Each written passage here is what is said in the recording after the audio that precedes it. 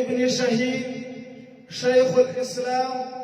غلام حضرت غلام الحنفي تقبله الله د هغه یادونه ما ته رایاد شي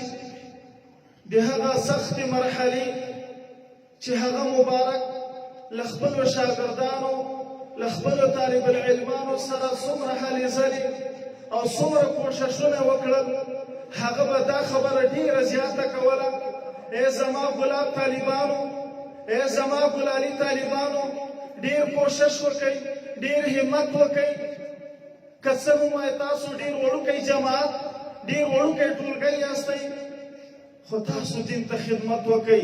د دین لپاره خپل سرونه قرباني کئ د خپل دین لپاره خپل سرونه نذرانه وګرځوئ د نبي کریم صلی الله علیه وسلم څخه خپل سرونه فدایان کئ هغه به دا توصیه موږ ته ډېره زیاته کوله نن مې چې د شیخ صاحب محترم مفتي صاحب عبدالحق الحنفي صاحب وکتو سترګې مې پرې یخې شولې چې اله العالمین او داسې خلک بیا هم د دې د فیضاتو برکتو د هغوی جانشین یو څوک پیدا کړل چې نن دین ته خدمت وکړي په دې باندې بیا هم افتخار کوو که څه هم هغه له دنیا نه تللی ده خو دغه روح باقي ده دغه ارواح په هر ځای کې ګرځي هر چا ته په خوبونو کې ورځي هر چا ته دا توصیه کوي ای زما شاګردانو تاسو دین ته خدمت وکئ ګوره دین درنه شاته پاتې نه سي که هر قسمه تکلیفونه په تاسو باندې راځي باید خپل تکلیفونه قبول وګرځوئ خو بیا هم الحمدلله والمنه بیا هم موږ په دې باندې ډېر افتخار کوو که هغه وخت کې ډېر وړوکی جماعت و خو اله العالمین داسې خلک پرې وروزل له هغه مدرسې نه داسې خلک فارغه شول چې نن په نړۍ کې داسې دین خپور کړو داسې دین یې نشر کړو داسې دین یې خلکو ته ورسوو داسې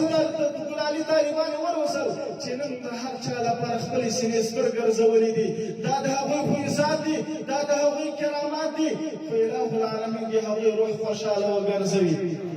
نو عزتمندو دا یو ډېر بهترینه جامعه ده دا یو ډېر بهترین ځای ده كم من فئة قليلة غلبت فئة كثيرة بإذن الله كسهم دير والكتور كيدا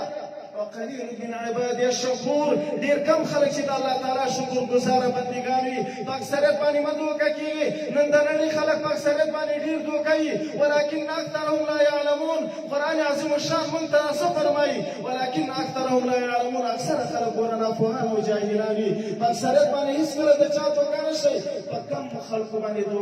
دوکه کیږي ما یعنی کم خلک د کار خلک وي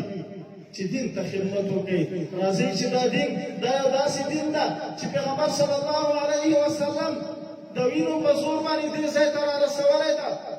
صحابه کرام خپل سرونه نظرانه کړي دي حضرت طلحه رضی الله عنه حضرت ابو دجانه رضی الله عنه حضرت مصعب بن عمیر رضی الله عنه په شان دي ګلالي صحابه کرام خپل سرونه نظرانه ګرځولي دي باید موږ تاسو هر قسمه تکالیفو ته غاړه کېږدو